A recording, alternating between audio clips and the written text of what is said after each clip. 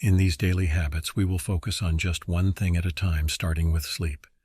Doesn't sound very exciting, however, it is the foundation of your entire day and of your entire month of Ramadan. Now, don't get me wrong.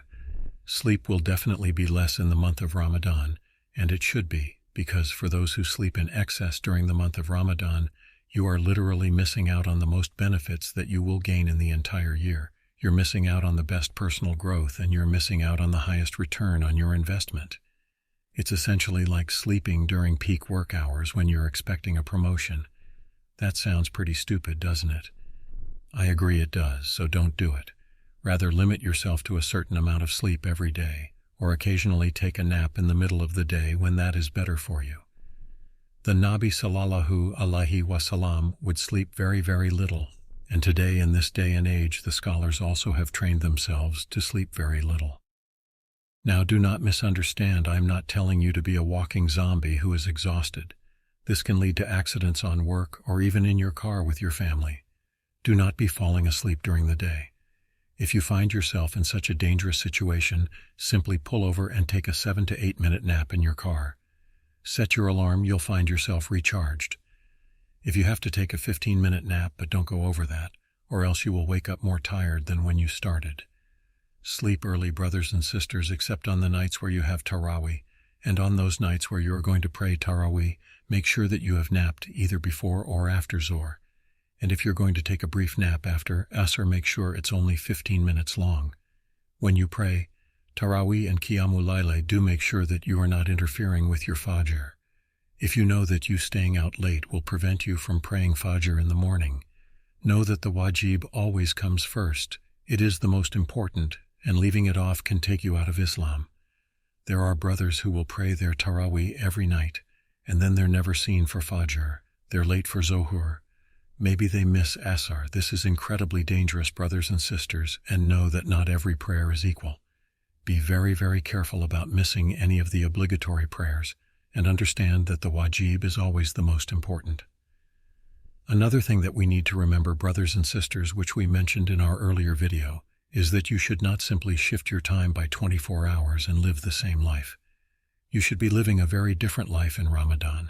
This is your boot camp. This is your madrasa. This is your opportunity to get that raise, to increase in your rank, to increase to a higher level of taqwa. You should be daily inserting yourself into the Quran with tadabbur. You should be replacing eating and prep times with study times. You should try to be clever about cooking the night before or prepping early so that you can have easy-to-eat meals that do not take a lot of effort, so that you are not amongst those people who are crazily scrambling to every restaurant looking for someone to provide you with food and getting yourself into arguments and difficulties with other Muslims that will subtract from your reward. Prepare easy morning meals. I'll share a recipe with you that I particularly love and is excellent both for sahur and iftar. Take 10 smaller dates, dried dates, or 5 or 6 larger ones. Boil them with about 200 milliliters of water. You don't have to boil them. You can just take the boiled water out of the kettle and pour it on top of them. Add about 3 scoops of powdered milk or a sachet of some kind of your favorite powdered milk substitute, and then mix it with just a little bit of salt and some real butter. Perhaps a teaspoon of real butter on top, and mix it together. This is a recipe for date milk, and it is something that is incredibly nourishing, and it is a combination of all the things that the Nabi sallallahu alaihi wasallam himself used to have: milk, dates, butter, and of course every human needs salt and water, and so all of these together are incredibly satiating and are a great way to boost your energy and to also rehydrate after a hard day. And that brings me to the next point, brothers and sisters, do not gorge yourself in the morning. Do not eat to excessive amounts at night either. This is a time of weakening your physical body and increasing your spiritual strength and closeness to Allah. So do not go to excess, and when you do break your fast, make sure that you do a slow reintroduction of fluids.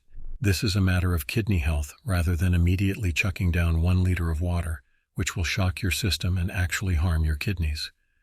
Rather have about 300 milliliters at most within the first half hour to 1 hour after you break your fast. Don't worry, it seems like very little, but you still have plenty of time in order to rehydrate yourself. As much as 2 or 3 hours before you go to sleep, avoid carb, heavy meals, and stick to mostly proteins and fats at night so that you can get a good night's rest. Also, you should try to do your workout around Asar time. Why is this? Well, many people are not adjusted to fasting, and so for the first entire week of Ramadan, they are going to be mostly sleeping and feeling miserable. But for those people who followed my advice and who prepared in advance, these people will be ready, and these will able to exercise. But there's almost nothing worse than exercising early in the day, being dizzy, feeling nauseous, having a headache, and having the worst kind of pain. Why? Because you lowered your glucose level after exercise and you have no food in order to increase it, and your body is not adjusted to burning fat.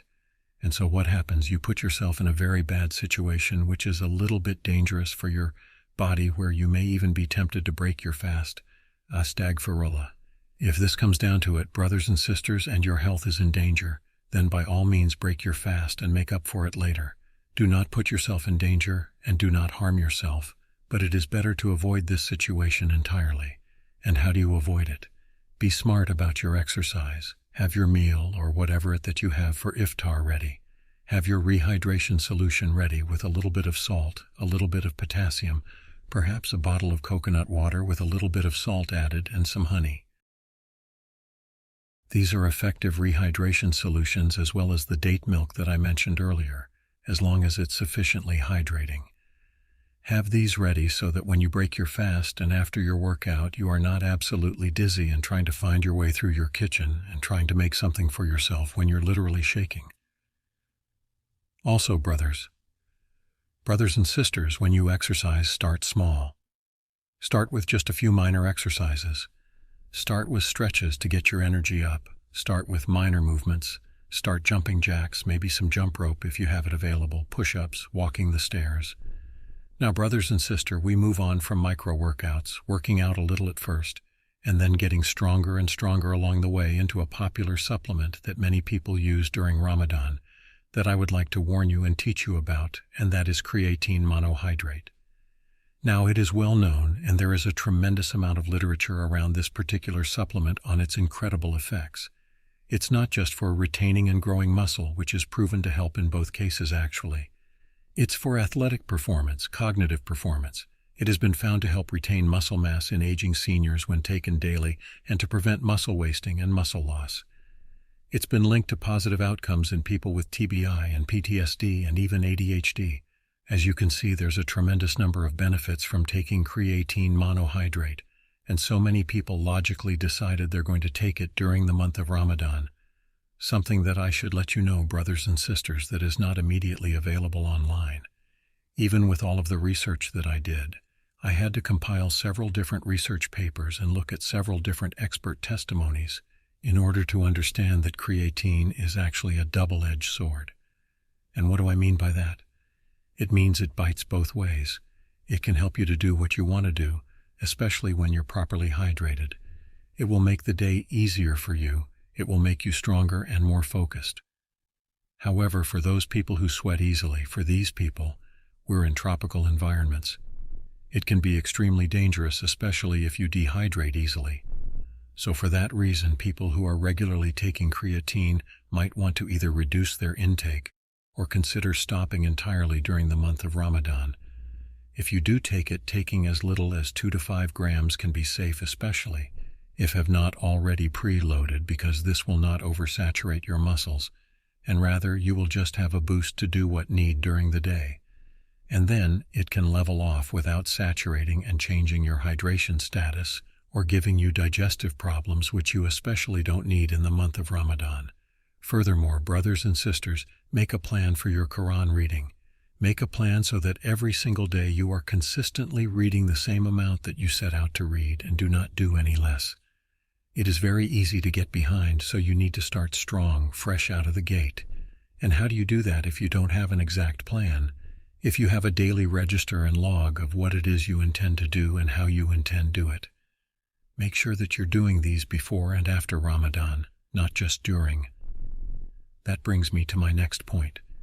Start thinking of how you will maintain these changes in yourself after Ramadan, brothers and sisters, because the goal is to continue. The goal is to keep these changes that have placed in yourself, these hard-earned changes that you are going to want to be a permanent part of your character. Your deen and your progress in the deen should consistently be going up. Your taqwa of Allah should increase and not reduce itself again. Your istighfar, your worship, all of these things should increase.